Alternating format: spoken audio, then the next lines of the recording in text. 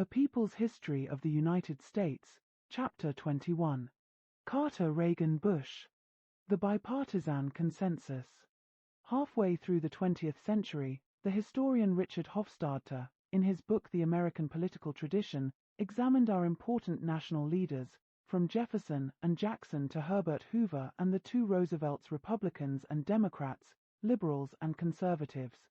Hofstadter concluded that the range of vision embraced by the primary contestants in the major parties has always been bounded by the horizons of property and enterprise.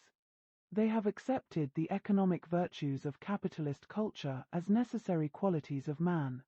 That culture has been intensely nationalistic. Coming to the end of the century, observing its last 25 years, we have seen exactly that limited vision. Hofstadter talked about a capitalistic encouragement of enormous fortunes alongside desperate poverty, a nationalistic acceptance of war and preparations for war. Governmental power swung from Republicans to Democrats and back again, but neither party showed itself capable of going beyond that vision. After the disastrous war in Vietnam came the scandals of Watergate. There was a deepening economic insecurity for much of the population, along with environmental deterioration, and a growing culture of violence and family disarray. Clearly, such fundamental problems could not be solved without bold changes in the social and economic structure. But no major party candidates proposed such changes. The American political tradition held fast.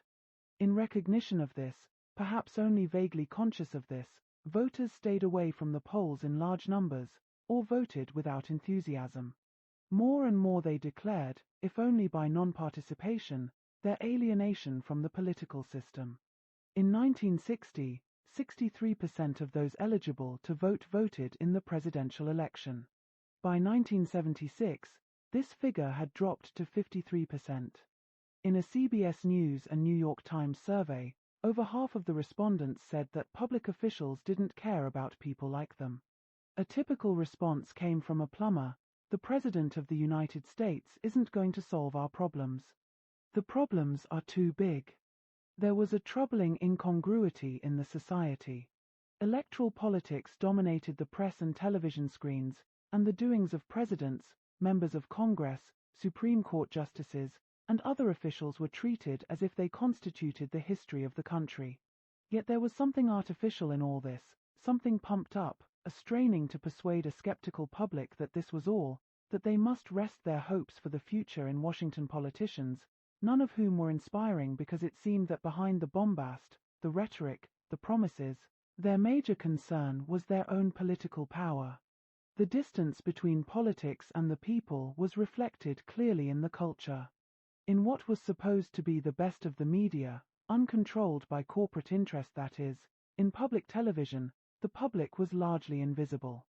On the leading political forum on public television, the nightly MacNeil-Lehrer Report, the public was uninvited, except as viewer of an endless parade of congressmen, senators, government bureaucrats, experts of various kinds. On commercial radio, the usual narrow band of consensus, excluding fundamental criticism, was especially apparent. In the mid-1980s, with Ronald Reagan as president, the fairness doctrine of the Federal Communications Commission, requiring air time for dissenting views, was eliminated. By the 1990s, talk radio had perhaps 20 million listeners, treated to daily tirades from right-wing talk show hosts, with left-wing guests uninvited. A citizenry disillusioned with politics and with what pretended to be intelligent discussions of politics turned its attention, or had its attention turned, to entertainment, to gossip, to 10,000 schemes for self-help. Those at its margins became violent, finding scapegoats within one's group, as with poor black on poor black violence, or against other races, immigrants, demonized foreigners, welfare mothers, minor criminals, standing in for untouchable major criminals. There were other citizens, those who tried to hold on to ideas and ideals still remembered from the 60s and early 70s, not just by recollecting but by acting. Indeed, all across the country there was a part of the public unmentioned in the media, ignored by political leaders energetically active in thousands of local groups around the country. These organized groups were campaigning for environmental protection or women's rights or decent health care, including anguished concern about the horrors of AIDS, or housing for the homeless, or against military spending. This activism was unlike that of the 60s, when the surge of protest against race segregation and war became an overwhelming national force. It struggled uphill, against callous political leaders, trying to reach fellow Americans, most of whom saw little hope in either the politics of voting or the politics of protest. The presidency of Jimmy Carter, covering the years 1977 to 1980, seemed an attempt by one part of the establishment, that represented in the Democratic Party, to recapture a disillusioned citizenry. But Carter, despite a few gestures toward black people and the poor, despite talk of human rights abroad, remained within the historic political boundaries of the American system, protecting corporate wealth and power, maintaining a huge military machine that drained the national wealth, allying the United States with right-wing tyrannies abroad. Carter seemed to be the choice of that international group of powerful influence wielders, the Trilateral Commission. Two founding members of the Commission, according to the Far Eastern Economic Review, David Rockefeller and Zbigniew Brzezinski, thought Carter was the right person for the presidential election of 1976, given that the Watergate-plagued Republican Party was a sure loser. Carter's job as president, from the point of view of the establishment, was to halt the rushing disappointment of the American people with the government, with the economic system, with disastrous military ventures abroad. In his campaign, he tried to speak to the disillusioned and angry. His strongest appeal was to blacks, whose rebellion in the late 60s was the most frightening challenge to authority since the labor and unemployed upsurges in the 30s. His appeal was populist, that is, he appealed to various elements of American society who saw themselves beleaguered by the powerful and wealthy. Although he himself was a millionaire peanut grower, he presented himself as an ordinary American farmer. Although he had been a supporter of the Vietnam War until its end, he presented himself as a sympathizer with those who had been against the war, and he appealed to many of the young rebels of the 60s by his promise to cut the military budget. In a much publicized speech to lawyers, Carter spoke out against the use of the law to protect the rich. He appointed a black woman, Patricia Harris, as Secretary of Housing and Urban Development, and a black civil rights veteran, Andrew Young, as ambassador to the United Nations.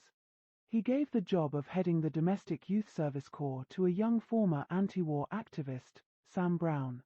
His most crucial appointments, however, were in keeping with the Trilateral Commission report of Harvard political scientist Samuel Huntington, which said that, whatever groups voted for a president, once elected, what counts then is his ability to mobilize support from the leaders of key institutions. Brzezinski, a traditional Cold War intellectual, became Carter's national security advisor. His Secretary of Defense, Harold Brown, had, during the Vietnam War, according to the Pentagon Papers, envisaged the elimination of virtually all the constraints under which the bombing then operated. His Secretary of Energy, James Schlesinger, as Secretary of Defense under Nixon, was described by a member of the Washington Press Corps as showing an almost missionary drive in seeking to reverse a downward trend in the defense budget. Schlesinger was also a strong proponent of nuclear energy. His other cabinet appointees had strong corporate connections.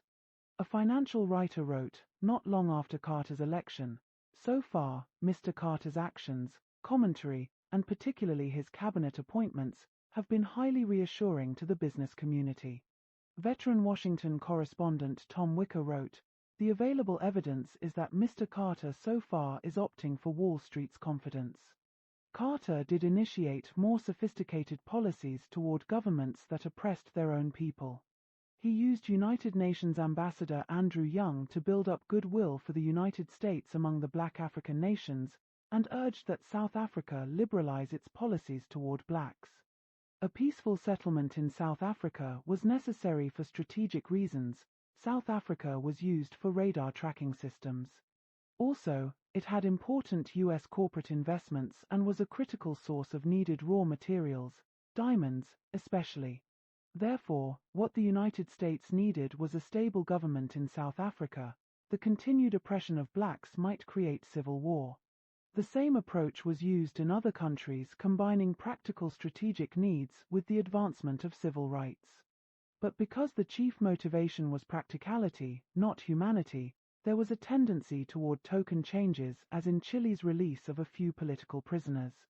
When Congressman Herman Badillo introduced in Congress a proposal that required the U.S. representatives to the World Bank and other international financial institutions to vote against loans to countries that systematically violated essential rights, by the use of torture or imprisonment without trial, Carter sent a personal letter to every congressman urging the defeat of this amendment.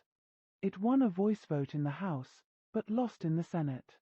Under Carter, the United States continued to support, all over the world, regimes that engaged in imprisonment of dissenters, torture, and mass murder. In the Philippines, in Iran, in Nicaragua, and in Indonesia, where the inhabitants of East Timor were being annihilated in a campaign bordering on genocide. The New Republic magazine, presumably on the liberal side of the establishment, commented approvingly on the Carter policies. American foreign policy in the next 4 years will essentially extend the philosophies developed in the Nixon-Ford years. This is not at all a negative prospect. There should be continuity. It is part of history. Carter had presented himself as a friend of the movement against the war, but when Nixon mined Haiphong Harbor and resumed bombing of North Vietnam in the spring of 1973, Carter urged that we give President Nixon our backing and support whether or not we agree with specific decisions. Once elected, Carter declined to give aid to Vietnam for reconstruction, despite the fact that the land had been devastated by American bombing. Asked about this at a press conference, Carter replied that there was no special obligation on the United States to do this because the destruction was mutual. Considering that the United States had crossed half the globe with an enormous fleet of bombers and 2 million soldiers, and after 8 years left a tiny nation with over 1 million dead and its land in ruins, this was an astounding statement. One establishment intention, perhaps, was that future generations see the war not as it appeared in the Defense Department's own Pentagon Papers as a ruthless attack on civilian populations for strategic military and economic interests, but as an unfortunate error. Noam Chomsky, one of the leading anti-war intellectuals during the Vietnam period, looked in mid-1978 at how the history of the war was being presented in the major media and wrote that they were destroying the historical record and supplanting it with a more comfortable story, reducing lessons of the war to the socially neutral categories of error, ignorance, and cost. The Carter administration clearly was trying to end the disillusionment of the American people after the Vietnam War by following foreign policies more palatable, less obviously aggressive. Hence, the emphasis on human rights, the pressure on South Africa and Chile to liberalize their policies. But on close examination, these more liberal policies were designed to leave intact the power and influence of the American military and American business in the world. The renegotiation of the Panama Canal Treaty with the tiny Central American Republic of Panama was an example. The canal saved American companies $1.5 billion a year in delivery costs, and the United States collected $150 million a year in tolls, out of which it paid the Panama government $2.3 million, while maintaining 14 military bases in the area. Back in 1903, the United States had engineered a revolution against Colombia, set up the new tiny Republic of Panama in Central America, and dictated a treaty giving the United States military bases, control of the Panama Canal, and sovereignty in perpetuity. The Carter administration in 1977, responding to anti-American protests in Panama, decided to renegotiate the treaty. The New York Times was candid about the canal. "We stole it, and removed the incriminating evidence from our history books." By 1977, the canal had lost military importance. It could not accommodate large tankers or aircraft carriers. That, plus the anti-American riots in Panama, led the Carter administration, over conservative opposition, to negotiate a new treaty which called for a gradual removal of U.S. bases, which could easily be relocated elsewhere in the area. The canal's legal ownership would be turned over to Panama after a period. The treaty also contained vague language which could be the basis for American military intervention under certain conditions. Whatever Carter's sophistication in foreign policy, certain fundamentals operated in the late 60s and the 70s. American corporations were active all over the world on a scale never seen before. There were, by the early 70s, about 300 U.S. corporations, including the 7 largest banks, which earned 40% of their net profits outside the United States. They were called multinationals, but actually 98% of their top executives were Americans. As a group, they now constituted the 3rd largest economy in the world, next to the United States and the Soviet Union. The relationship of these global corporations with the poorer countries had long been an exploiting one. It was clear from U.S. Department of Commerce figures. Whereas U.S. corporations in Europe between 1950 and 1965 invested $8.1 billion and made $5.5 billion in profits, in Latin America they invested $3.8 billion and made $11.2 billion in profits, and in Africa they invested $5.2 billion and made $14.3 billion in profits. It was the classical imperial situation, where the places with natural wealth became victims of more powerful nations whose power came from that seized wealth. American corporations depended on the poorer countries for 100% of their diamonds, coffee, platinum, mercury, natural rubber, and cobalt. They got 98% of their manganese from abroad, 90% of their chrome and aluminum, and 20 to 40% of certain imports, platinum, mercury, cobalt, chrome, manganese, came from Africa. Another fundamental of foreign policy, whether Democrats or Republicans were in the White House, was the training of foreign military officers. The Army had a School of the Americas in the Canal Zone, from which thousands of military leaders in Latin America had graduated. 6 of the graduates, for instance, were in the Chilean military junta that overthrew the democratically elected Allende government in 1973. The American commandant of the school told a reporter, "We keep in touch with our graduates and they keep in touch with us." And yet the United States cultivated a reputation for being generous with its riches. Indeed, it had frequently given aid to disaster victims. This aid, however, often depended on political loyalty. In one 6-year drought in West Africa, 100,000 Africans died of starvation.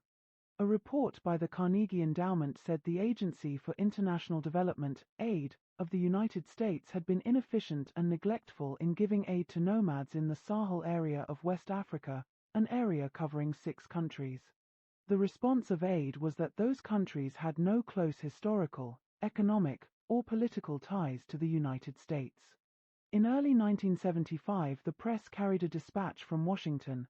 Secretary of State Henry A. Kissinger has formally initiated a policy of selecting for cutbacks in American aid those nations that have sided against the U.S. in votes in the United Nations.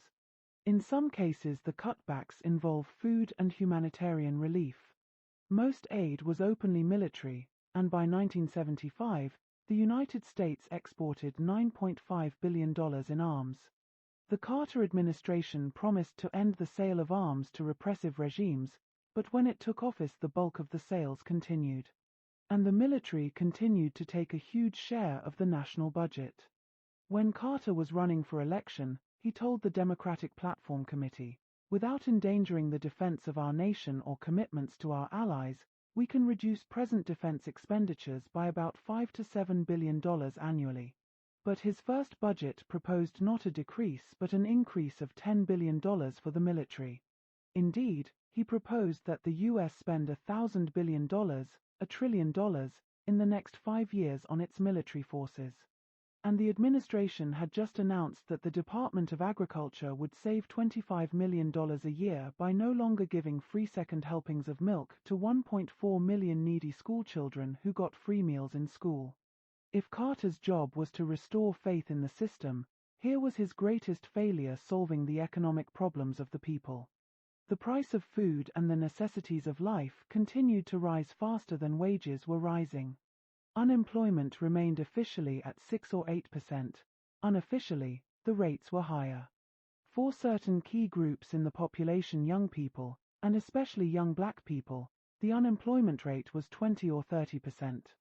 It soon became clear that blacks in the United States, the group most in support of Carter for president, were bitterly disappointed with his policies.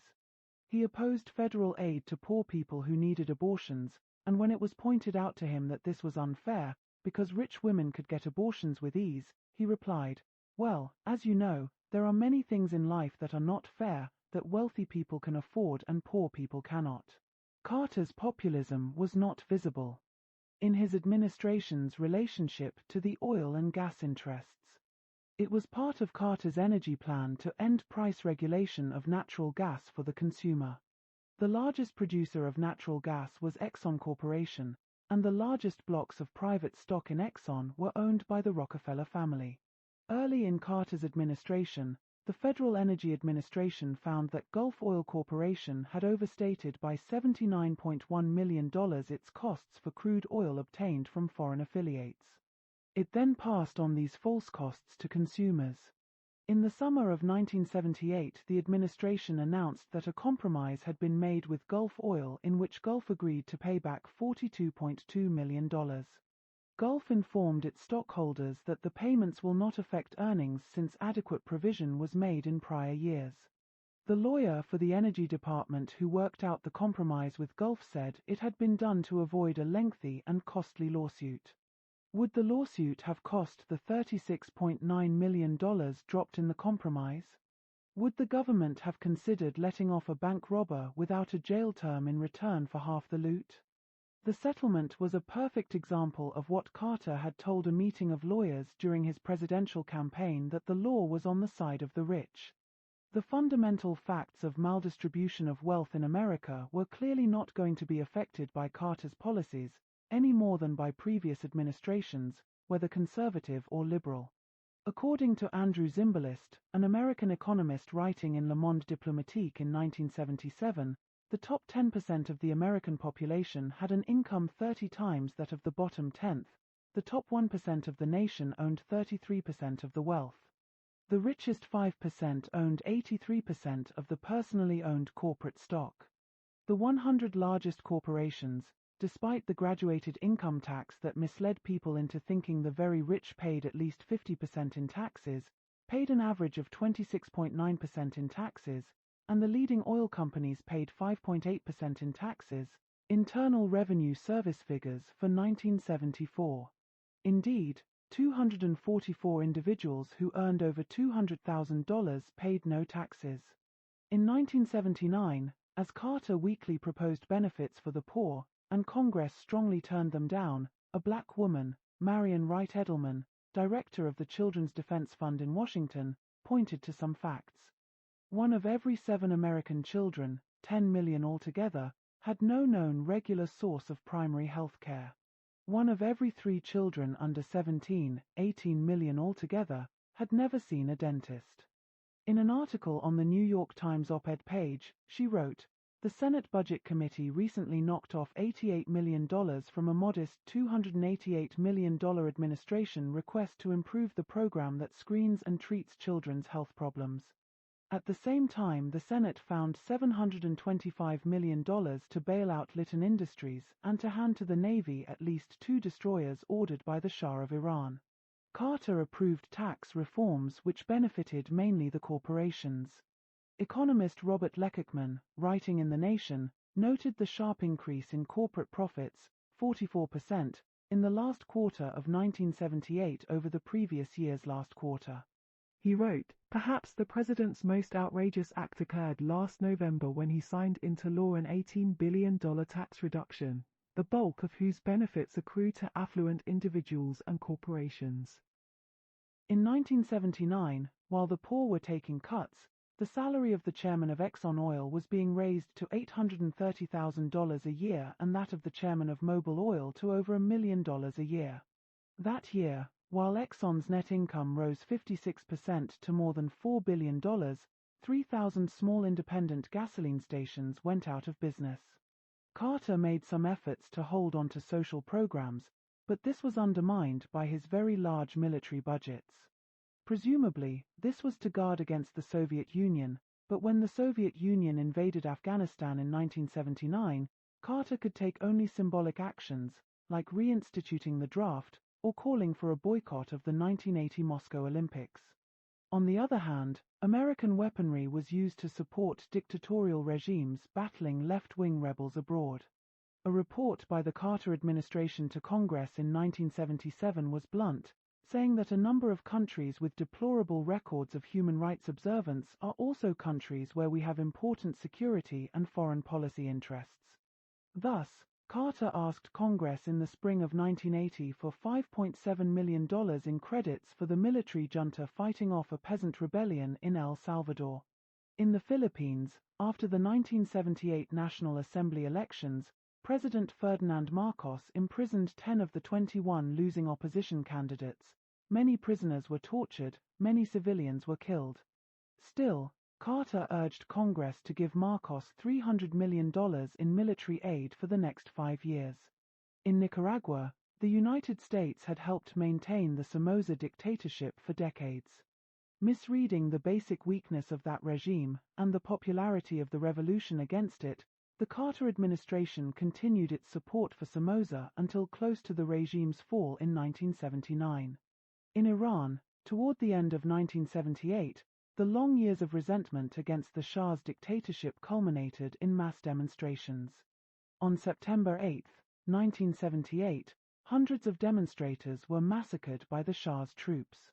The next day, according to a UPI dispatch from Tehran, Carter affirmed his support for the Shah. Troops opened fire on demonstrators against the Shah for the third straight day yesterday, and President Jimmy Carter telephoned the Royal Palace to express support for Shah Mohammad Reza Pahlavi, who faced the worst crisis of his 37-year reign. 9 members of parliament walked out on a speech by Iran's new premier, shouting that his hands were stained with blood in the crackdown on conservative Muslims and other protesters. On December 13, 1978, Nicholas Gage reported for the New York Times, "The staff of the United States Embassy here has been bolstered by dozens of specialists flown in to back an effort to help the Shah against a growing challenge to his rule," according to embassy sources. The new arrivals, according to the embassy sources, include a number of Central Intelligence Agency specialists on Iran, in addition to diplomats and military personnel. In early 1979, as the crisis in Iran was intensifying, the former chief analyst on Iran for the CIA told New York Times reporter Seymour Hersh that he and his colleagues knew of the tortures of Iranian dissenters by Savaki, the Iranian secret police set up during the late 1950s by the Shah with help from the CIA. Furthermore, he told Hersh that a senior CIA official was involved in instructing officials in Savaki on torture techniques. It was a popular, massive revolution, and the Shah fled. The Carter administration later accepted him into the country, presumably for medical treatment, and the anti-American feelings of the revolutionaries reached a high point. On November 4, 1979, the U.S. Embassy in Tehran was taken over by student militants who, demanding that the Shah be returned to Iran for punishment, held 52 embassy employees hostage. For the next 14 months, with the hostages still held in the embassy compound, that issue took the forefront of foreign news in the United States and aroused powerful nationalist feelings. When Carter ordered the Immigration and Naturalization Service to start deportation proceedings against Iranian students who lacked valid visas, the New York Times gave cautious but clear approval. Politicians and the press played into a general hysteria. An Iranian-American girl who was slated to give a high school commencement address was removed from the program. The bumper sticker "Bomb Iran" appeared on autos all over the country. It was a rare journalist bold enough to point out, as Alan Richman of the Boston Globe did when the 52 hostages were released alive and apparently well, that there was a certain lack of proportion in American reactions to this and other violations of human rights. There were 52 of them, a number easy to comprehend. It wasn't like 15,000 innocent people permanently disappearing in Argentina. They, the American hostages, spoke our language. There were 3,000 people summarily shot in Guatemala last year who did not. The hostages were still in captivity when Jimmy Carter faced Ronald Reagan in the election of 1980. That fact, and the economic distress felt by many, were largely responsible for Carter's defeat. Reagan's victory, followed 8 years later by the election of George Bush, meant that another part of the establishment, lacking even the faint liberalism of the Carter presidency, would be in charge. The policies would be more crass, cutting benefits to poor people, lowering taxes for the wealthy, increasing the military budget, filling the federal court system with conservative judges, actively working to destroy revolutionary movements in the Caribbean. The dozen years of the Reagan-Bush presidency transformed the federal judiciary, never more than moderately liberal, into a predominantly conservative institution. By the fall of 1991, Reagan and Bush had filled more than half of the 837 federal judgeships and appointed enough right-wing justices to transform the Supreme Court. In the 70s, with liberal justices William Brennan and Thurgood Marshall in the lead, the court had declared death penalties unconstitutional, had supported, in Roe v. Wade, the right of women to choose abortions, and had interpreted the civil rights law as permitting special attention to blacks and women to make up for past discrimination, affirmative action. William Rehnquist, first named to the Supreme Court by Richard Nixon, was made Chief Justice by Ronald Reagan. In the Reagan-Bush years, the Rehnquist court made a series of decisions that weakened Roe v. Wade, brought back the death penalty, reduced the rights of detainees against police powers, prevented doctors in federally supported family planning clinics from giving women information on abortions, and said that poor people could be forced to pay for public education. Education was not a fundamental right. Justices William Brennan and Thurgood Marshall were the last of the court's liberals. Old and ill, though reluctant to give up the fight, they retired. The final act to create a conservative Supreme Court was President Bush's nomination to replace Marshall.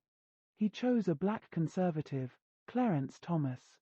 Despite dramatic testimony from a former colleague, a young black law professor named Anita Hill, that Thomas had sexually harassed her, Thomas was approved by the Senate, and now the Supreme Court moved even more decisively to the right. With conservative federal judges, with pro-business appointments to the National Labor Relations Board, judicial decisions and board findings weakened a labor movement already troubled by a decline in manufacturing. Workers who went out on strike found themselves with no legal protection. One of the first acts of the Reagan administration was to dismiss from their jobs, en masse, striking air traffic controllers. It was a warning to future strikers, and a sign of the weakness of a labor movement which in the 30s and 40s had been a powerful force. Corporate America became the greatest beneficiary of the Reagan-Bush years. In the 60s and 70s, an important environmental movement had grown in the nation, horrified at the poisoning of the air, the seas and rivers, and the deaths of thousands each year as a result of work conditions. After a mine explosion in West Virginia killed 78 miners in November 1968, there had been angry protest in the mine district, and Congress passed the Coal Mine Health and Safety Act of 1969. Nixon's Secretary of Labor spoke of a new national passion for environmental improvement. The following year, yielding to strong demands from the labor movement and consumer groups, but also seeing it as an opportunity to win the support of working-class voters, President Nixon had signed the Occupational Safety and Health Act of 1970. This was an important piece of legislation, establishing a universal right to a safe and healthy workplace, and creating an enforcement machinery. Reflecting on this years later, Herbert Stein, who had been the chairman of Nixon's Council of Economic Advisers, lamented that the juggernaut of environmental regulation proved not to be controllable by the Nixon administration. While President Jimmy Carter came into office praising the OSHA program, he was also eager to please the business community. The woman he appointed to head OSHA, Eula Bingham, fought for strong enforcement of the act, and was occasionally successful.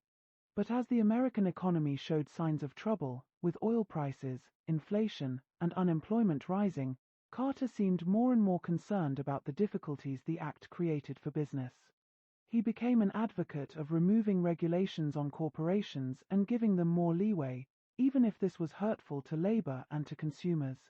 Environmental regulation became more and more a victim of cost-benefit analysis, in which regulations protecting the health and safety of the public became secondary to how costly this would be for business. Under Reagan and Bush, this concern for the economy, which was a shorthand term for corporate profit, dominated any concern for workers or consumers. President Reagan proposed to replace tough enforcement of environmental laws by a voluntary approach, leaving it to businesses to decide for themselves what they would do. He appointed as head of OSHA a businessman who was hostile to OSHA's aims. One of his first acts was to order the destruction of 100,000 government booklets pointing out the dangers of cotton dust to textile workers. Political scientist William Grover, the president as prisoner, evaluating environmental policy under Carter and Reagan as part of his penetrating structural critique of both presidents, concluded, OSHA appears caught in a cycle of liberal presidents who want to retain some health and safely regulatory programs, but who also need economic growth for political survival, and conservative presidents, who focus almost exclusively on the growth side of the equation. Such a cycle will always tend to subordinate the need for safe and healthful workplaces to ensuring that commitment to OSHA will only be as strong as the priorities of business will allow. George Bush presented himself as the environmental president and pointed with pride to his signing of the Clean Air Act of 1990.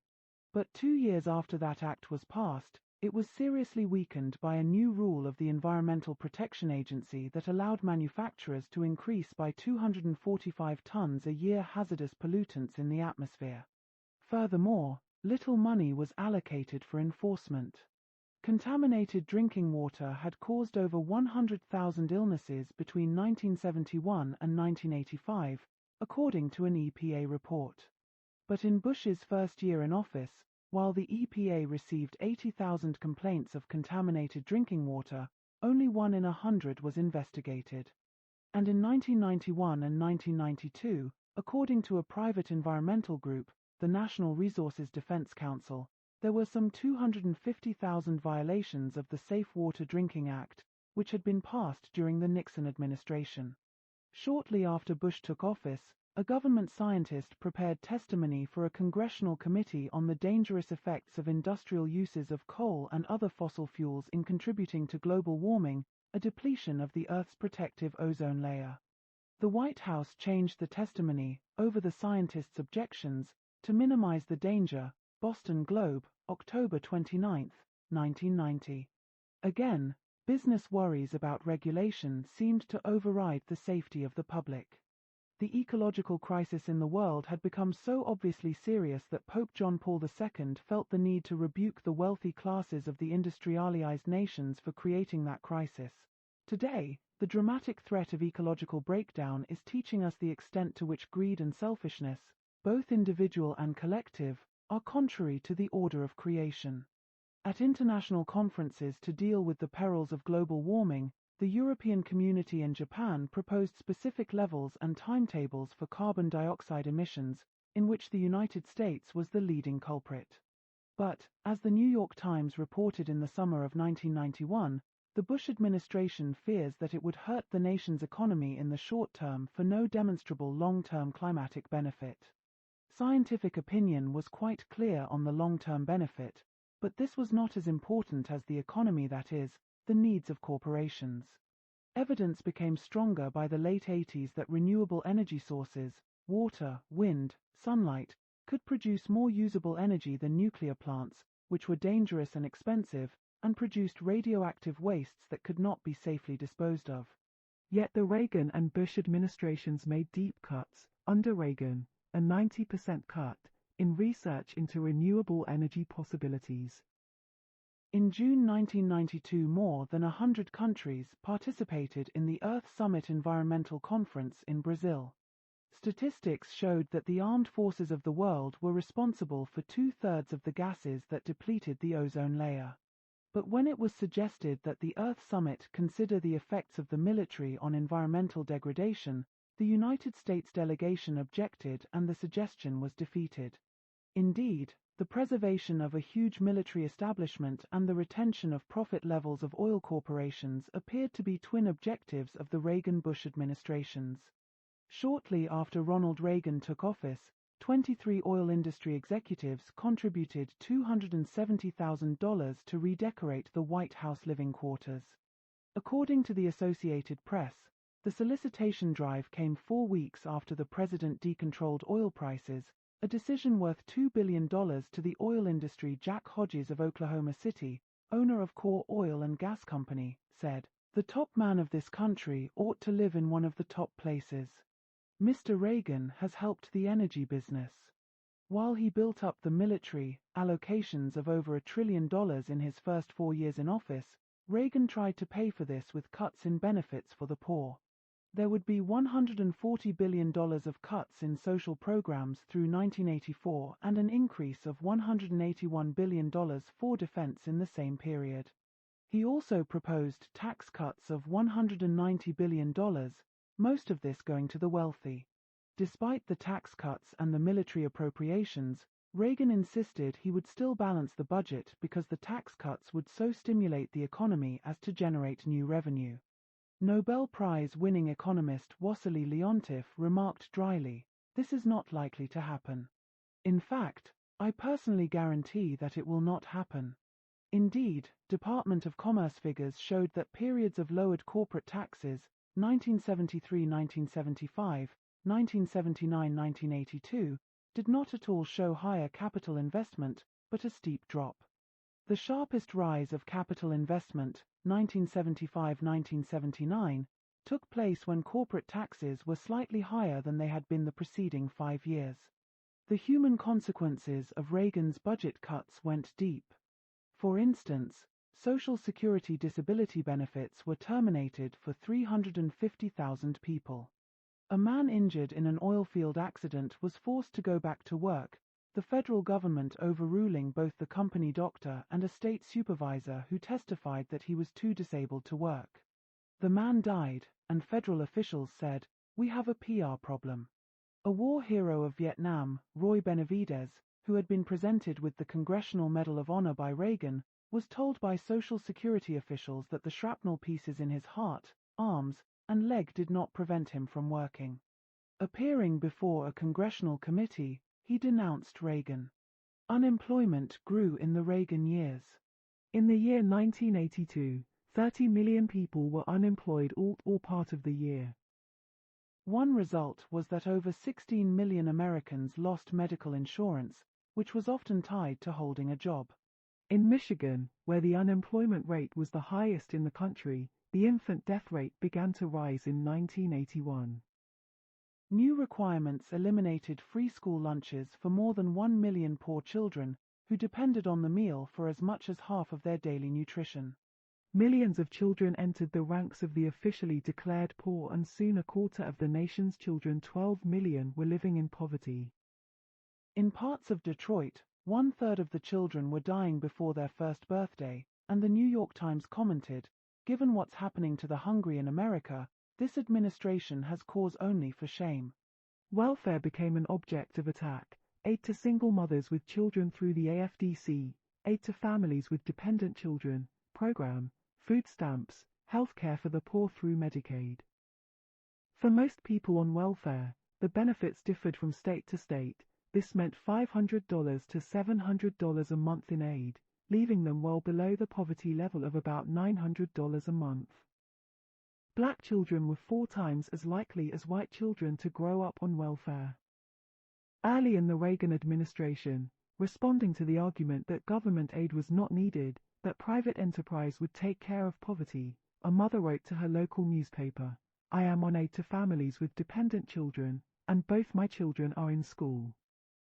I have graduated from college with distinction, 128th in a class of over 1,000, with a BA in English and sociology.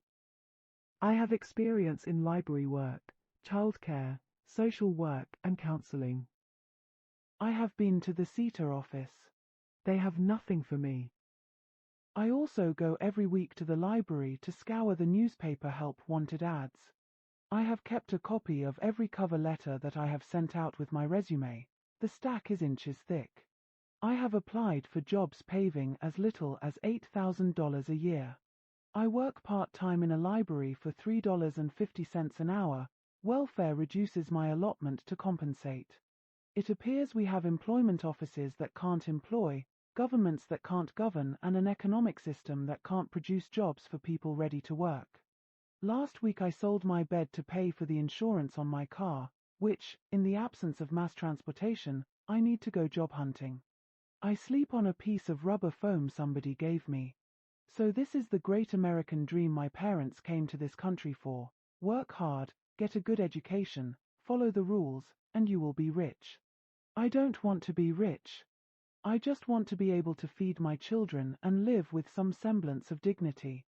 Democrats often joined Republicans in denouncing welfare programs. Presumably, this was done to gain political support from a middle-class public that believed they were paying taxes to support teenage mothers and people they thought too lazy to work. Much of the public did not know, and were not informed by either political leaders or the media, that welfare took a tiny part of the taxes, and military spending took a huge chunk of it. Yet, the public's attitude on welfare was different from that of the two major parties. It seemed that the constant attacks on welfare by politicians, reported endlessly in the press and on television, did not succeed in eradicating a fundamental generosity felt by most Americans. A New York Times CBS News poll conducted in early 1992 showed that public opinion on welfare changed depending on how the question was worded. If the word welfare was used, 44% of those questioned said too much was being spent on welfare, while 50% said either that the right amount was being spent or that too little was being spent. But when the question was about assistance to the poor, only 13% thought too much was being spent, and 64% thought too little was being spent. This suggested that both parties were trying to manufacture an anti-human needs mood by constant derogatory use of the word welfare, and then to claim they were acting in response to public opinion. The Democrats as well as the Republicans had strong connections to wealthy corporations. Kevin Phillips, a Republican analyst of national politics, wrote in 1990 that the Democratic Party was history's second most enthusiastic capitalist party. Phillips pointed out that the greatest beneficiaries of government policy during the Republican presidencies of Ronald Reagan and George Bush were the super-rich. It was the truly wealthy, more than anyone else, who flourished under Reagan. The 1980s were the triumph of Upper America, the political ascendancy of the rich, and a glorification of capitalism, free markets, and finance.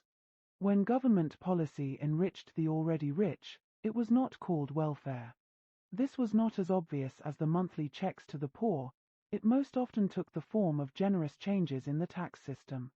In America, who really pays the taxes? Two investigative reporters with the Philadelphia Inquirer, Donald Barlett and James Steele, traced the path by which tax rates for the very rich got lower and lower.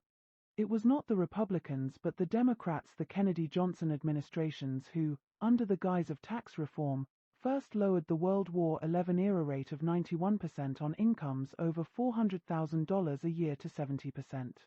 During the Carter administration, though over his objections, Democrats and Republicans in Congress joined to give even more tax breaks to the rich. The Reagan administration, with the help of Democrats in Congress, lowered the tax rate on the very rich to 50%, and in 1986 a coalition of Republicans and Democrats sponsored another tax reform bill that lowered the top rate to 28%. Barlett and Steele noted that a schoolteacher, a factory worker, and a billionaire could all pay 28%. The idea of a progressive income in which the rich paid at higher rates than everyone else was now almost dead. As a result of all the tax bills from 1978 to 1990, the net worth of the Forbes 400, chosen as the richest in the country by Forbes magazine, advertising itself as capitalist tool, was tripled. About $70 billion a year was lost in government revenue, so that in those 13 years the wealthiest 1% of the country gained $1 trillion. As William Grader pointed out, in his remarkable book Who Will Tell the People? The Betrayal of American Democracy, for those who blame Republicans for what has happened and believe that equitable taxation will be restored if only the Democrats can win back the White House, there is this disquieting feat, the turning point on tax politics, when the moneyed elites first began to win big, occurred in 1978 with the Democratic Party fully in power, and well before Ronald Reagan came to Washington. Democratic majorities have supported this great shift in tax burden every step of the way. Not only did the income tax become less progressive during the last decades of the century, but the Social Security tax became more regressive. That is, more and more was deducted from the salary checks of the poor and middle classes, but when salaries reached $42,000 no more was deducted. By the early 1990s, a middle-income family earning $37,800 a year paid 7.65% of its income in Social Security taxes. A family earning 10 times as much, $378,000, paid 1.46% of its income in Social Security taxes. The result of these higher payroll taxes was that 3/4 of all wage earners paid more each year through the Social Security tax than through the income tax. Embarrassingly for the Democratic Party, which was supposed to be the party of the working class, those higher payroll taxes had been put in motion under the administration of Jimmy Carter. In a two-party system, if both parties ignore public opinion, there is no place voters can turn. And in the matter of taxation, it has been clear that American citizens have wanted taxes that are truly progressive. William Grader informs us that shortly after World War II, when rates on the very rich were up to 90%, a Gallup poll showed that 85% of the public thought the federal tax code was fair. But by 1984, when all those tax reforms had been put into effect by Democrats and Republicans, a public opinion survey by the Internal Revenue Service found that 80% of those polled agreed with the statement. The present tax system benefits the rich and is unfair to the ordinary working man and woman. By the end of the Reagan years, the gap between rich and poor in the United States had grown dramatically. Where in 1980, the chief executive officers, CEOs, of corporations made 40 times as much in salary as the average factory worker, by 1989 they were making 93 times as much. In the dozen years from 1977 to 1989, the before-tax income of the richest 1% rose 77%. Meanwhile, for the poorest 2/5 of the population, there was no gain at all, indeed a small decline. And because of favorable changes for the rich in the tax structure, the richest 1%, in the decade ending in 1990, saw their after-tax income increase 87%. In the same period, the after-tax income of the lower 4/5 of the population either went down 5%, at the poorest level, or went up no more than 8.6%. While everybody at the lower levels was doing worse, there were especially heavy losses for blacks, Hispanics, women, and the young.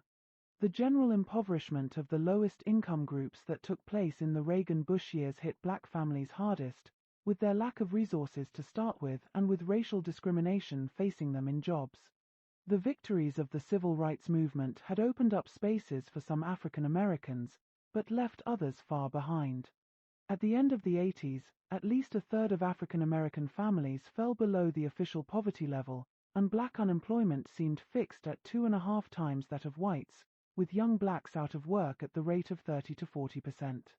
The life expectancy of blacks remained at least 10 years lower than that of whites.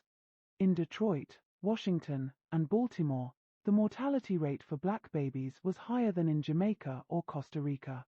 Along with poverty came broken homes, family violence, street crime, drugs. In Washington, D.C., with a concentrated population of black poor within walking distance of the marbled buildings of the national government, 42% of young black men between the ages of 18 and 35 were either in jail or out on probation or parole. The crime rate among blacks, instead of being seen as a crying demand for the elimination of poverty, was used by politicians to call for the building of more prisons. The 1954 Supreme Court decision in Brown v. Board of Education had begun the process of desegregating schools. But poverty kept black children in ghettos, and many schools around the country remained segregated by race and class. Supreme Court decisions in the 70s determined that there need be no equalization of funds for poor school districts and rich school districts, San Antonio Independent School District versus Rodriguez, and that the busing of children need not take place between wealthy suburbs and inner cities, Milliken versus Bradley. To admirers of free enterprise and laissez-faire, those people were poor who did not work and produce, and so had themselves to blame for their poverty. They ignored the fact that women taking care of children on their own were working very hard indeed. They did not ask why babies who were not old enough to show their work skills should be penalized to the point of death for growing up in a poor family. Ironically, it was Republican Kevin Phillips who, analyzing the Reagan years, wrote, "Less and less wealth was going to people who produced something, disproportionate rewards to society's economic, legal, and cultural manipulators from lawyers to financial advisors." In the mid-80s, a major scandal began to emerge in Washington. The deregulation of the savings and loan banks begun in the Carter administration had continued under Reagan, leading to risky investments which drained the assets of the banks, leaving them owing billions of dollars to depositors, which the government had insured. As the years went by and the problem was kept behind a screen, it was going to take more and more money to pay depositors and bail out these banks. The figure began to reach $200 billion.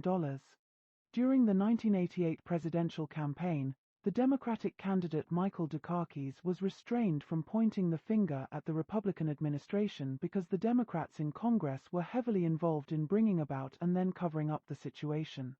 So the voters were kept in the dark.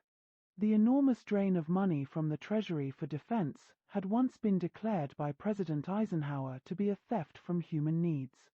But it was accepted by both parties, as Democrats competed with Republicans to show the electorate how tough they were. Jimmy Carter as president had proposed a $10 billion increase in the military budget, an enactment of exactly what Eisenhower had described. All of the huge military budgets of the post-World War II period, from Truman to Reagan and Bush, were approved overwhelmingly by both Democrats and Republicans.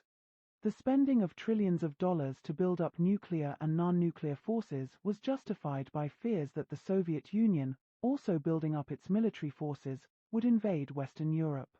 But George Kennan, the former ambassador to the Soviet Union and one of the theoreticians of the Cold War, said this fear had no basis in reality. And Harry Rositska, who worked for the CIA for 25 years and was at one time CIA Director of Espionage Operations against the Soviet Union, wrote in the 1980s, "In all of my years in government and since I have never seen an intelligence estimate that shows how it would be profitable to Soviet interests to invade Western Europe, or to attack the United States." However, the creation of such a fear in the public mind was useful in arguing for the building of frightful and superfluous weapons. For instance, the Trident submarine, which was capable of firing hundreds of nuclear warheads, cost $1.5 billion. It was totally useless except in a nuclear war, in which case it would only add several hundred warheads to the tens of thousands already available. That $1.5 billion was enough to finance a 5-year program of child immunization around the world against deadly diseases and prevent 5 million deaths. Ruth Sivard, World Military and Social Expenditures 1981-1988.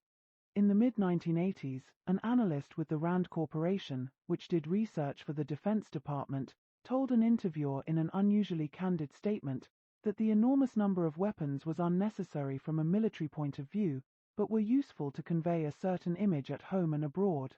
If you had a strong president, a strong secretary of defense, they could temporarily go to Congress and say, "We're only going to build what we need.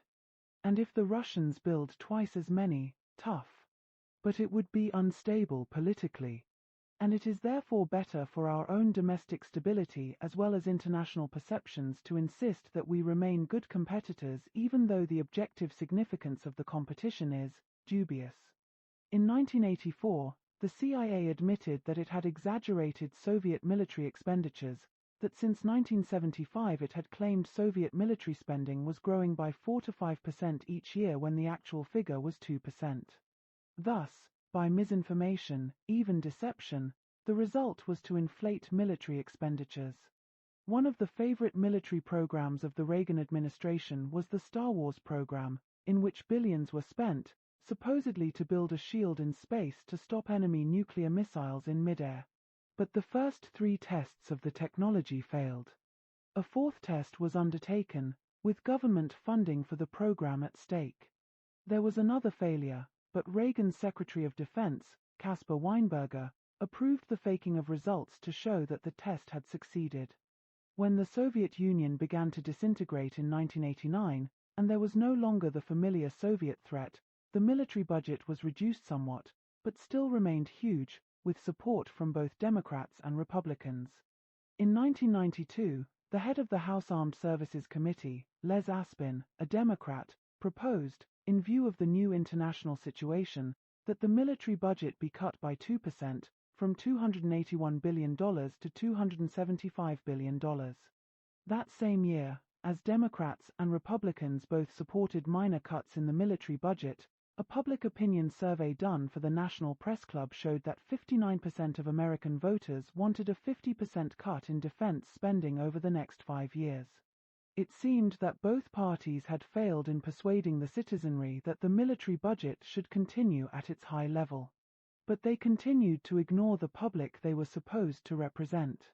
In the summer of 1992, congressional Democrats and Republicans joined to vote against a transfer of funds from the military budget to human needs, and voted to spend $120 billion to defend Europe, which everyone acknowledged was no longer in danger if it ever had been from Soviet attack. Democrats and Republicans had long been joined in a bipartisan foreign policy, but in the Reagan-Bush years the United States government showed a special aggressiveness in the use of military force abroad. This was done either directly in invasions, or through both overt and covert support of right-wing tyrannies that cooperated with the United States. Reagan came into office just after a revolution had taken place in Nicaragua, in which a popular Sandinista movement, named after the 1920s revolutionary hero Augusto Sandino, overthrew the corrupt Somoza dynasty, long supported by the United States. The Sandinistas, a coalition of Marxists, left-wing priests, and assorted nationalists, set about to give more land to the peasants and to spread education and health care among the poor. The Reagan administration, seeing in this a communist threat, but even more important, a challenge to the long U.S. control over governments in Central America, began immediately to work to overthrow the Sandinista government. It waged a secret war by having the CIA organize a counter-revolutionary force, the Contras, many of whose leaders were former leaders of the hated National Guard under Somoza. The Contras seemed to have no popular support inside Nicaragua and so were based next door in Honduras, a very poor country dominated by the United States. From Honduras they moved across the border, raiding farms and villages, killing men, women and children, committing atrocities. A former colonel with the Contras, Edgar Chamorro, testified before the World Court. We were told that the only way to defeat the Sandinistas was to use the tactics the agency, the CIA, attributed to communist insurgencies elsewhere: kill, kidnap, rob, and torture. Many civilians were killed in cold blood. Many others were tortured, mutilated, raped, robbed, or otherwise abused. When I agreed to join, I had hoped that it would be an organization of Nicaraguans. It turned out to be an instrument of the U.S. government. There was a reason for the secrecy of the U.S. actions in Nicaragua. Public opinion surveys showed that the American public was opposed to military involvement there. In 1984, the CIA, using Latin American agents to conceal its involvement, put mines in the harbors of Nicaragua to blow up ships. When information leaked out, Secretary of Defense Weinberger told ABC News, "The United States is not mining the harbors of Nicaragua." Later that year Congress, responding perhaps to public opinion and the memory of Vietnam, made it illegal for the United States to support directly or indirectly military or paramilitary operations in Nicaragua. The Reagan administration decided to ignore this law and to find ways to fund the Contras secretly, looking for third-party support. Reagan himself solicited funds from Saudi Arabia, at least $32 million. The friendly dictatorship in Guatemala was used to get arms surreptitiously to the Contras. Israel, dependent on U.S. aid and always dependable for support, was also used. In 1986, a story appearing in a Beirut magazine created a sensation that weapons had been sold by the United States to Iran, supposedly an enemy, that in return Iran had promised to release hostages being held by extremist Muslims in Lebanon, and that profits from the sale were being given to the Contras to buy arms. When asked about this at a press conference in November 1986, President Reagan told 4 Lies that the shipment to Iran consisted of a few token anti-tank missiles, in fact, 2,000, that the United States didn't condone shipments by third parties, that weapons had not been traded for hostages, and that the purpose of the operation was to promote a dialogue with Iranian moderates. In reality, the purpose was a double one: to free hostages and get credit for that, and to help the Contras. The previous month, when a transport plane that had carried arms to the Contras was downed by Nicaraguan gunfire and the American pilot captured, the lies had multiplied. Assistant Secretary of State Elliott Abrams lied. Secretary of State Schultz lied. No connection with the U.S. government at all. Evidence mounted that the captured pilot was working for the CIA. The whole Iran-Contra affair became a perfect example of the double line of defense of the American establishment. The first defense is to deny the truth. If exposed, the second defense is to investigate, but not too much. The press will publicize, but they will not get to the heart of the matter. Once the scandal was out in the open, neither the congressional investigating committees nor the press nor the trial of Colonel Oliver North, who oversaw the Contra aid operation, got to the critical questions. What is U.S. foreign policy all about? How are the president and his staff permitted to support a terrorist group in Central America to overthrow a government that, whatever its faults, is welcomed by its own people as a great improvement over the terrible governments the U.S. has supported there for years? What does the scandal tell us about democracy, about freedom of expression, about an open society?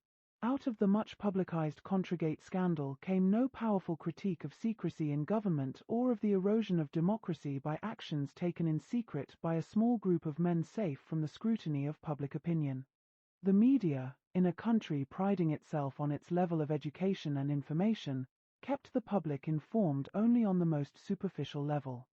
The limits of Democratic Party criticism of the affair were revealed by a leading Democrat, Senator Sam Nunn of Georgia, who, as the investigation was getting underway, said, "We must, all of us, help the president restore his credibility in foreign affairs." A few Democrats were critical, which was deplored by a Harvard professor, James Q. Wilson, who was a member of Reagan's Foreign Intelligence Advisory Board. Wilson looked back nostalgically to a bipartisan consensus, the equivalent of the one-party system in a totalitarian state. He worried most about a lack of resolve to act like a great power. It became clear that President Reagan and Vice President Bush were involved in what became known as the Iran-Contra affair. But their underlings scrupulously kept them out of it, illustrating the familiar government device of plausible denial, in which the top official, shielded by subordinates, can plausibly deny involvement. Although Congressman Henry Gonzalez of Texas introduced a resolution for the impeachment of Reagan, it was quickly suppressed in Congress. Neither Reagan nor Bush were indicted.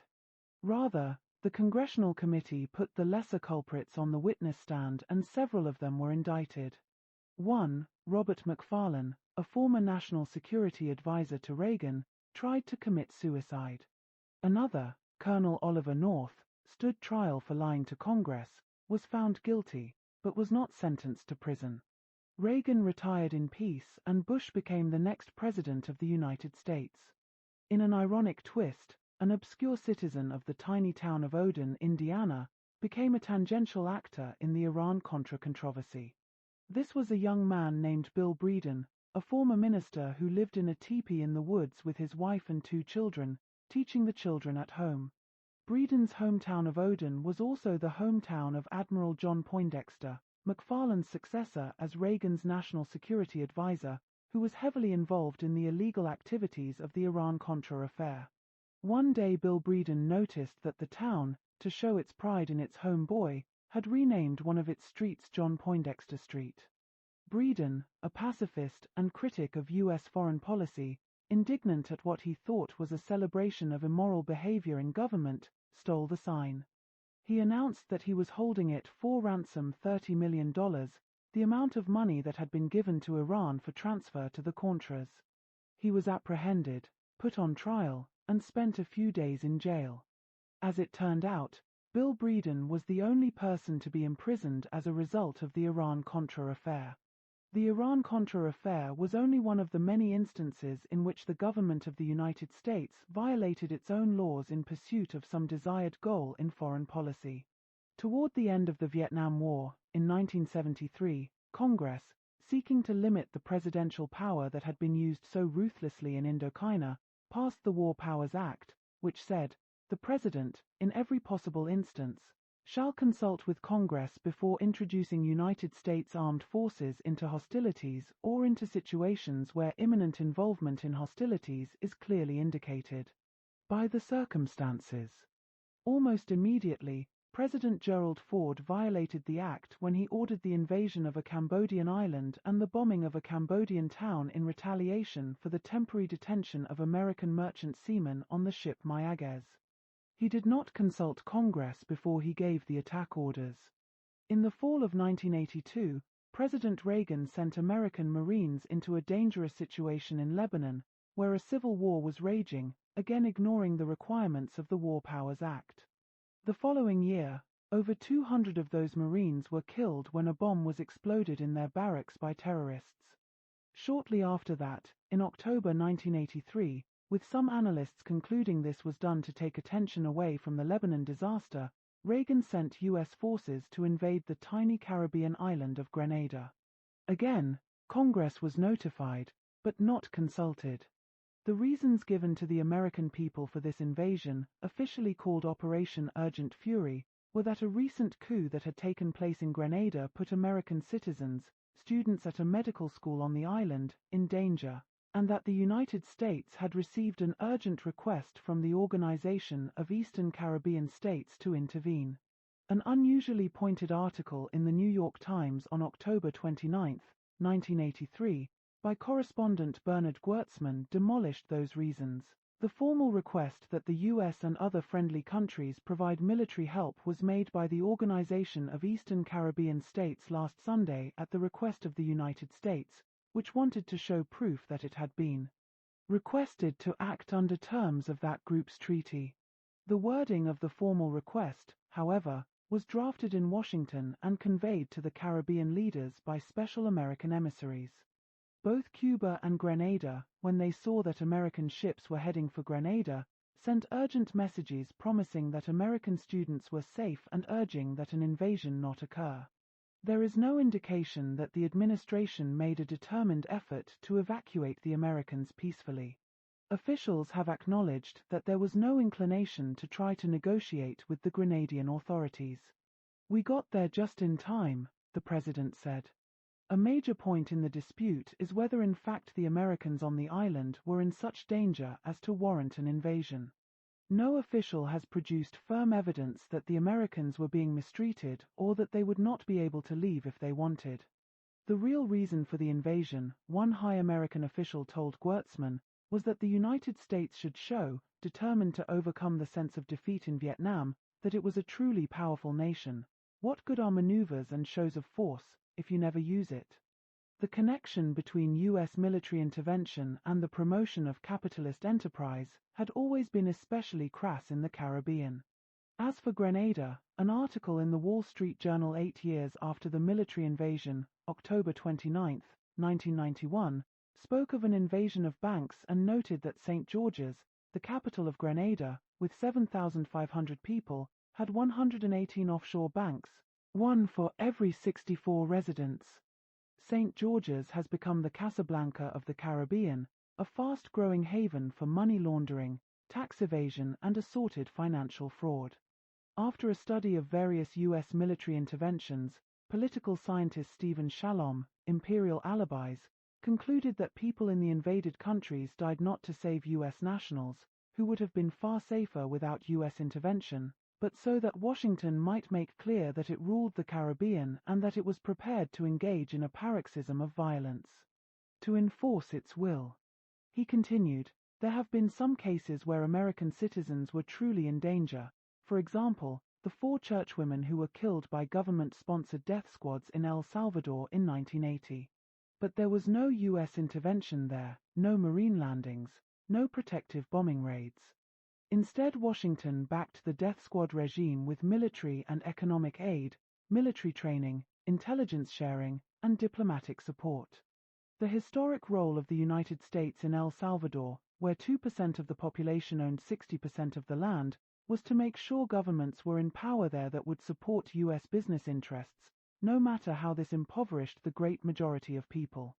Popular rebellions that would threaten these business arrangements were to be opposed. When a popular uprising in 1932 threatened the military government, the United States sent a cruiser and 2 destroyers to stand by while the government massacred 30,000 Salvadorans. The administration of Jimmy Carter did nothing to reverse this history. It wanted reform in Latin America, but not revolution that would threaten U.S. corporate interests. In 1980, Richard Cooper, a State Department expert on economic affairs, told Congress that a more equitable distribution of wealth was desirable. However, we also have an enormous stake in the continuing smooth functioning in the economic system. Major changes in the system can have important implications for our own welfare. In February 1980, El Salvador Catholic Archbishop Oscar Romero sent a personal letter to President Carter, asking him to stop military aid to El Salvador. Not long before that, the National Guard and National Police had opened fire on a crowd of protesters in front of the Metropolitan Cathedral and killed 24 people. But the Carter administration continued the aid. The following month, Archbishop Romero was assassinated. There was mounting evidence that the assassination had been ordered by Roberto Diorbuison, a leader of the right wing. But Diorbuison had the protection of Nicolas Carranza, a deputy minister of defense, who at the time was receiving $90,000 a year from the CIA. And Elliott Abrams, ironically Assistant Secretary of State for Human Rights, declared that Diorbuison was not involved in murder. When Reagan became president, military aid to the El Salvador government rose steeply.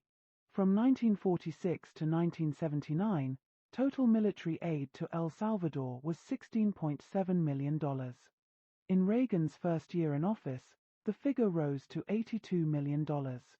Congress was sufficiently embarrassed by the killings in El Salvador to require that before any more aid was given, the president must certify that progress in human rights was taking place. Reagan did not take this seriously. On January 28, 1982, there were reports of a government massacre of peasants in several villages. The following day, Reagan certified that the Salvadoran government was making progress in human rights.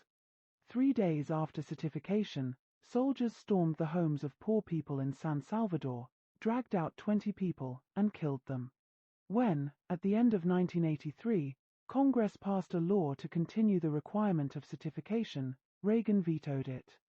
The press was especially timid and obsequious during the Reagan years, as Mark Hertsgaard documents in his book On Bended Knee. When journalist Raymond Borner continued to report on the atrocities in El Salvador, and on the U.S. role, the New York Times removed him from his assignment.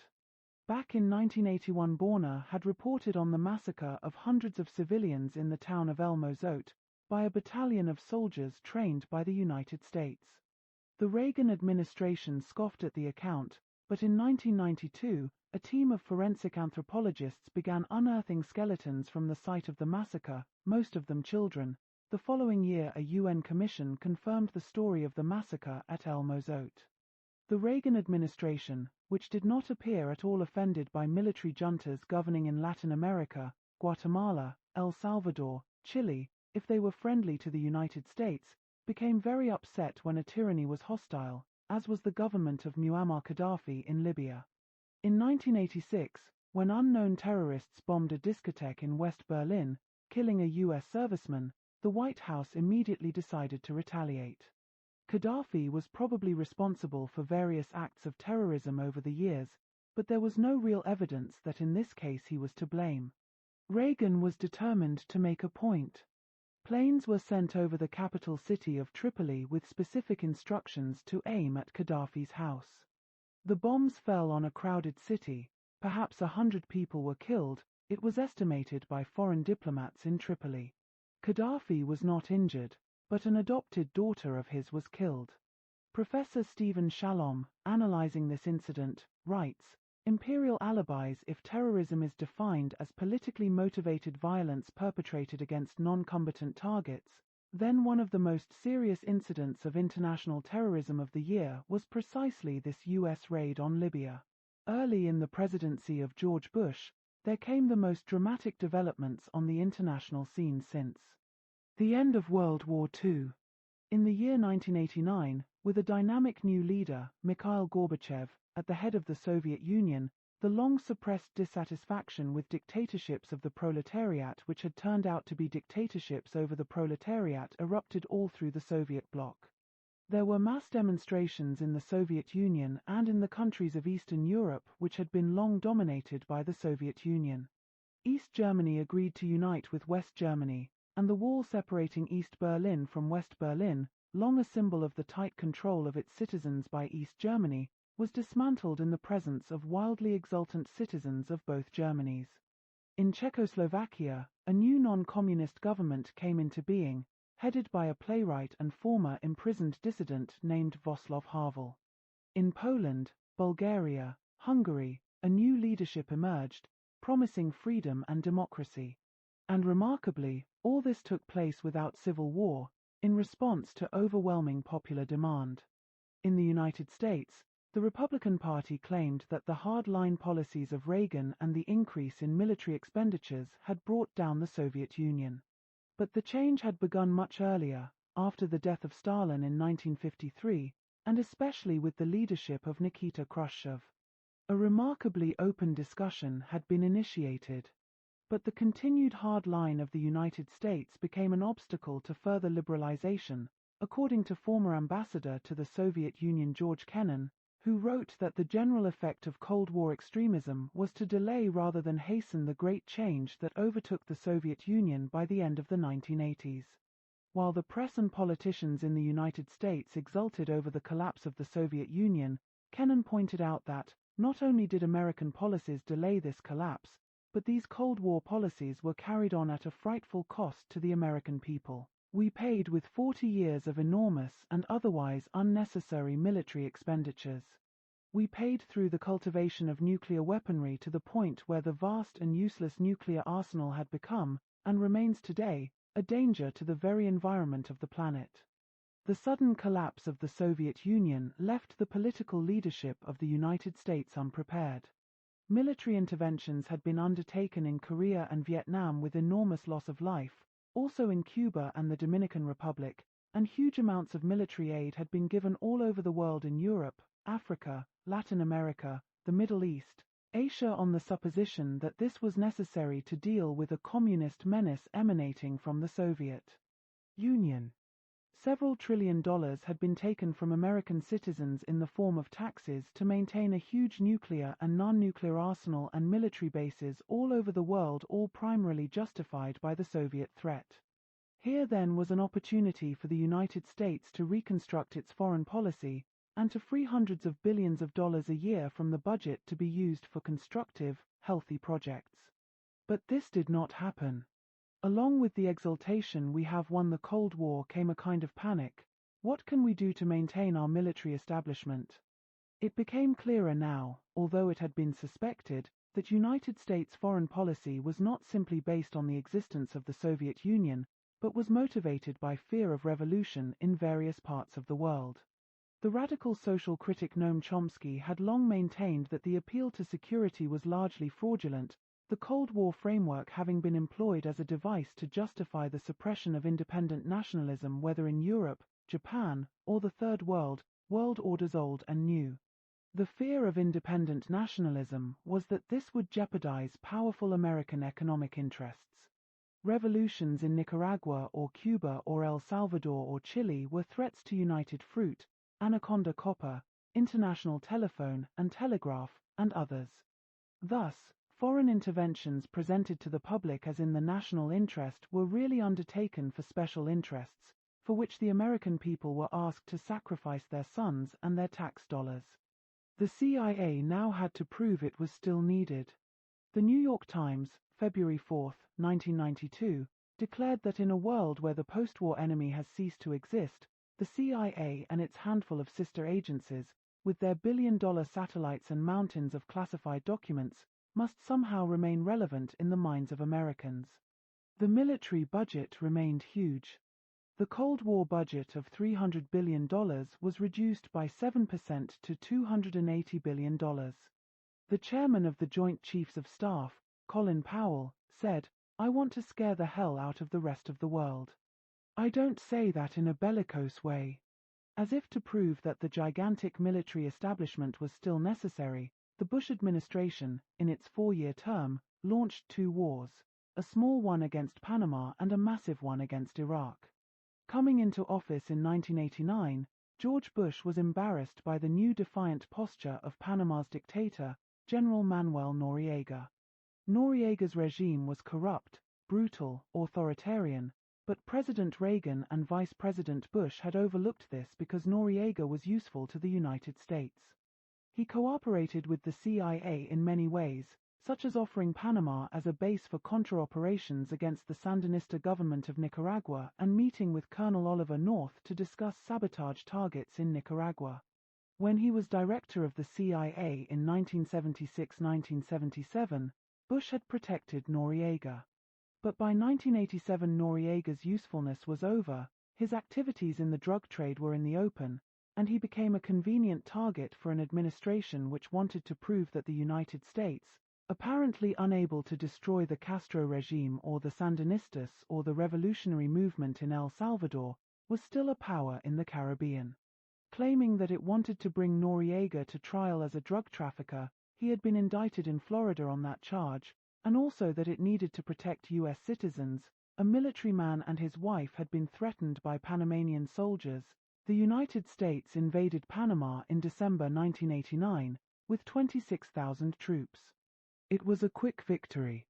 Noriega was captured and brought to Florida to stand trial, where he was subsequently found guilty and sent to prison. But in the invasion, neighborhoods in Panama City were bombarded and hundreds, perhaps thousands of civilians were killed. It was estimated that 14,000 were homeless. Writer Mark Hertsgaard noted that even if the official Pentagon figure of several hundred civilian casualties was correct, this meant that in Panama the U.S. had killed as many people as did the Chinese government in its notorious attack on student demonstrators at Tiananmen Square in Beijing 6 months earlier. A new president friendly to the United States was installed in Panama, but poverty and unemployment remained, and in 1992 the New York Times reported that the invasion and removal of Noriega failed to staunch the flow of illicit narcotics through Panama. The United States, however, succeeded in one of its aims, to re-establish its strong influence over Panama. The Times reported, "The President of Panama and his key aides and the American ambassador, Dean Hinton, have breakfast together once a week in a meeting that many Panamanians view as the place where important decisions are taken." Liberal Democrats, John Kerry and Ted Kennedy of Massachusetts, and many others, declared their support of the military action. The Democrats were being true to their historic role as supporters of military intervention, anxious to show that foreign policy was bipartisan. They seemed determined to show they were as tough, or as ruthless, as the Republicans. But the Panama operation was on too small a scale to accomplish what both the Reagan and Bush administrations badly wanted: to overcome the American public's abhorrence, since Vietnam, of foreign military interventions. 2 years later, the Gulf War against Iraq presented such an opportunity. Iraq, under the brutal dictatorship of Saddam Hussein, had taken over its small but oil-rich neighbor, Kuwait, in August 1990. George Bush needed something at this point to boost his popularity among American voters. The Washington Post, October 16, 1990, had a front-page story headline, "Poll shows plunge in public confidence, Bush's rating plummets." The Post reported, October 28, some observers in his own party worry that the president will be forced to initiate combat to prevent further erosion of his support at home. On October 30, a secret decision was made for war against Iraq. The United Nations had responded to the invasion of Kuwait by establishing sanctions against Iraq. Witness after witness testified before congressional committees in the fall of 1990 that the sanctions were having an effect and should continue. Secret CIA testimony to the Senate affirmed that Iraq's imports and exports had been reduced by more than 90% because of the sanctions. But after the November elections brought gains for the Democrats in Congress, Bush doubled American military forces in the Gulf to 500,000, creating what was now clearly an offensive force rather than a defensive one. According to Elizabeth Drew, a writer for The New Yorker, Bush's aide John Sununu was telling people that a short successful war would be pure political gold for the president and would guarantee his re-election. Historian John Wiener, analyzing the domestic context of the war decision shortly afterward, wrote that Bush abandoned sanctions and chose war because his time frame was a political one set by the approaching 1992 presidential elections. That and the long-time U.S. wish to have a decisive voice in the control of Middle East oil resources were the crucial elements in the decision to go to war against Iraq. Shortly after the war, as representatives of the 13 oil-producing nations were about to gather in Geneva, the business correspondent of the New York Times wrote, "By virtue of its military victory, the United States is likely to have more influence in the organization of petroleum exporting countries than any industrial nation has ever exercised." But those motives were not presented to the American public. It was told that the United States wanted to liberate Kuwait from Iraqi control.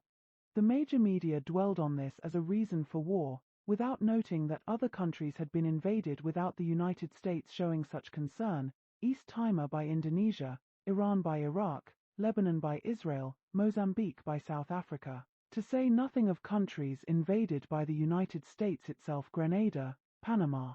The justification for war that seemed most compelling was that Iraq was on its way to building a nuclear bomb, but the evidence for this was very weak.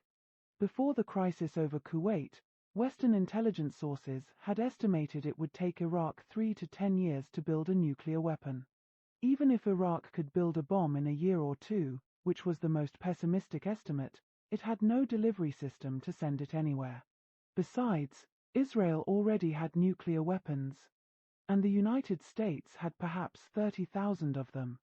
The Bush administration was trying hard to develop a paranoia in the nation about an Iraqi bomb which did not yet exist. Bush seemed determined to go to war. There had been several chances to negotiate an Iraqi withdrawal from Kuwait right after the invasion, including an Iraqi proposal reported on August 29 by Newsday correspondent Knut Royce. But there was no response from the United States. When Secretary of State James Baker went to Geneva to meet with Iraqi Foreign Minister Tariq Aziz, the instruction from Bush was no negotiations. Despite months of exhortation from Washington about the dangers of Saddam Hussein, surveys showed that less than half of the public favored military action. In January 1991, Bush, apparently feeling the need for support, asked Congress to give him the authority to make war.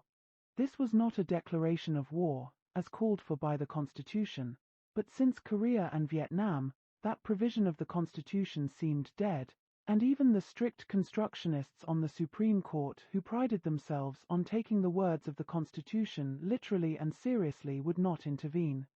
The debate in Congress was lively. At one point, a Senate speech was interrupted by protesters in the balcony shouting "No blood for oil."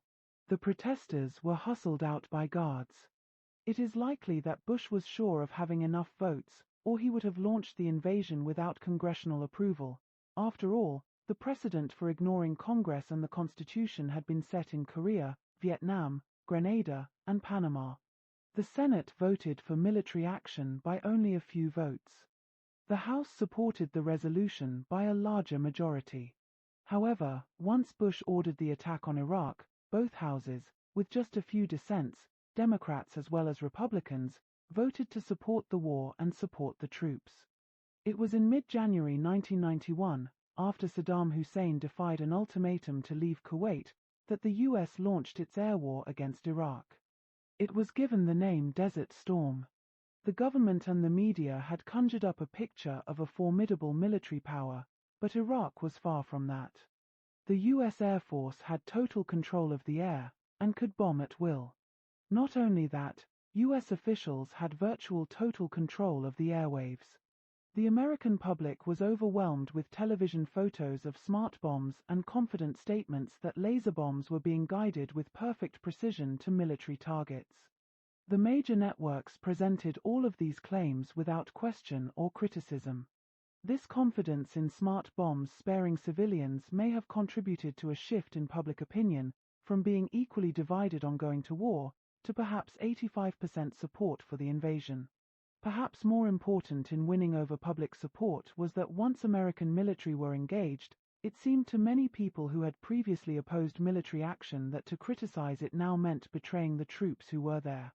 All over the nation, yellow ribbons were displayed as a symbol of support for the forces in Iraq. In fact, the public was being deceived about how smart the bombs being dropped on Iraqi towns were. After talking with former intelligence and Air Force officers, a correspondent for the Boston Globe reported that perhaps 40% of the laser-guided bombs dropped in Operation Desert Storm missed their targets. John Learman, Secretary of the Navy under President Reagan, estimated there had been thousands of civilian casualties. The Pentagon officially had no figure on this. A senior Pentagon official told the Globe, "To tell you the truth, we're not really focusing on this question." A Reuters dispatch from Iraq described the destruction of a 73-room hotel in a town south of Baghdad and quoted an Egyptian witness. "They hit the hotel, full of families, and then they came back to hit it again." Reuters reported that the air raids on Iraq first used laser-guided bombs, but within a few weeks turned to be 52s, which carried conventional bombs, meaning more indiscriminate bombing. American reporters were kept from seeing the war close up, and their dispatches were subject to censorship. Apparently recalling how press reports of civilian casualties had affected public opinion during the Vietnam War, the U.S. government was taking no chances this time. A Washington Post reporter complained about the control of information, writing, January 22, 1991. "The bombing has involved dozens of high-flying B-52 bombers equipped with huge, unguided munitions. But the Pentagon has not allowed interviews with B-52 pilots, shown videotapes of their actions or answered any questions about the operations of an aircraft that is the most deadly and least accurate in the armada of more than 2,000 U.S. and Allied planes in the Persian Gulf region." In mid-February, U.S. planes dropped bombs on an air raid shelter in Baghdad at 4 in the morning, killing 400 to 500 people. An Associated Press reporter who was one of few allowed to go to the site said, "Most of the recovered bodies were charred and mutilated beyond recognition. Some clearly were children." The Pentagon claimed it was a military target, but the AP reporter on the scene said, no evidence of any military presence could be seen inside the wreckage. Other reporters who inspected the site agreed. After the war, 15 Washington News Bureau chiefs complained in a joint statement that the Pentagon exercised virtual total control over the American press during the Gulf War. But while it was happening, leading television news commentators behaved as if they were working for the United States government. For instance, CBS correspondent Dan Rather, perhaps the most widely seen of the TV newsmen, reported from Saudi Arabia on a film showing a laser bomb, this one dropped by British aircraft in support of the American war, hitting a marketplace and killing civilians. Rather's only comment was, "We can be sure that Saddam Hussein will make propaganda of these casualties." When the Soviet government tried to negotiate an end to the war, bringing Iraq out of Kuwait before the ground war could get underway, top CBS correspondent Leslie Stahl asked another reporter, "Isn't this the nightmare scenario? Aren't the Soviets trying to stop us?" Ed Ziegel, TV reporter for the Boston Globe, February 23, 1991. The final stage of the war, barely 6 weeks after it had begun, was a ground assault which, like the air war, encountered virtually no resistance. With victory certain and the Iraqi army in full flight, U.S. planes kept bombing the retreating soldiers who clogged the highway out of Kuwait City. A reporter called the scene a blazing hell, a gruesome testament. To the east and west across the sand lay the bodies of those fleeing. A Yale professor of military history, Michael Howard, writing in the New York Times, January 28, 1991, quoted the military strategist Clausewitz approvingly, The fact that a bloody slaughter is a horrifying act must make us take war more seriously, but not provide an excuse for gradually blunting our swords in the name of humanity. Howard went on to say, in this conflict of wills, the bottom line remains a readiness to kill and be killed. The human consequences of the war became shockingly clear after its end, when it was revealed that the bombings of Iraq had caused starvation, disease, and the deaths of tens of thousands of children. A UN team visiting Iraq immediately after the war reported that the recent conflict has wrought near-apocalyptic results upon the infrastructure. Most means of modern life support have been destroyed or rendered tenuous. A Harvard medical team reporting in May said that child mortality had risen steeply, and that 55,000 more children died in the first 4 months of the year. The war lasted from January 15 to February 28, than in a comparable period the year before. The director of a pediatric hospital in Baghdad told a New York Times reporter that on the first night of the bombing campaign the electricity was knocked out. Mothers grabbed their children out of incubators, took intravenous tubes out of their arms. Others were removed from oxygen tents and they ran to the basement, where there was no heat. I lost more than 40 prematures in the first 12 hours of the bombing. Although in the course of the war Saddam Hussein had been depicted by US officials and the press as another Hitler, the war ended short of a march into Baghdad, leaving Hussein in power. It seemed that the United States had wanted to weaken him, but not to eliminate him, in order to keep him as a balance against Iran. In the years before the Gulf War, the United States had sold arms to both Iran and Iraq, at different times favoring one or the other as part of the traditional balance of power strategy. Therefore, as the war ended, the United States did not support Iraqi dissidents who wanted to overthrow the regime of Saddam Hussein. A New York Times dispatch from Washington, datelined March 26, 1991, reported, President Bush has decided to let President Saddam Hussein put down rebellions in his country without American intervention rather than risk the splintering of Iraq, according to official statements and private briefings today. This left the Kurdish minority, which was rebelling against Saddam Hussein, helpless. And anti-Hussein elements among the Iraqi majority were also left hanging. The Washington Post reported, May 3, 1991 major defections from the Iraqi military were in the offing in March at the height of the Kurdish rebellion, but never materialized because the officers concluded the US would not back the uprising. The man who had been Jimmy Carter's national security advisor, Zbigniew Brzezinski, a month after the end of the Gulf War, gave a cold assessment of the pluses and minuses of the event. The benefits are undeniably impressive. First, a blatant act of aggression was rebuffed and punished. Second, US's military power is henceforth likely to be taken more seriously. Third, the Middle East and Persian Gulf region is now clearly an American sphere of preponderance. Brzezinski, however, was concerned about some negative consequences. One of them was that the very intensity of the air assault on Iraq gives rise to concern that the conduct of the war may come to be seen as evidence that Americans view Arab lives as worthless. And that raises the moral question of the proportionality of response. His point about Arab lives being seen as worthless was underlined by the feat that the war provoked an ugly wave of anti-Arab racism in the United States, with Arab Americans insulted or beaten or threatened with death. There were bumper stickers that said "I don't break for Iraqis." An Arab American businessman was beaten in Toledo, Ohio. Brzezinski's measured assessment of the Gulf War could be taken as close to representing the view of the Democratic Party. It went along with the Bush administration. It was pleased with the results. It had some misgivings about civilian casualties. But it did not constitute an opposition.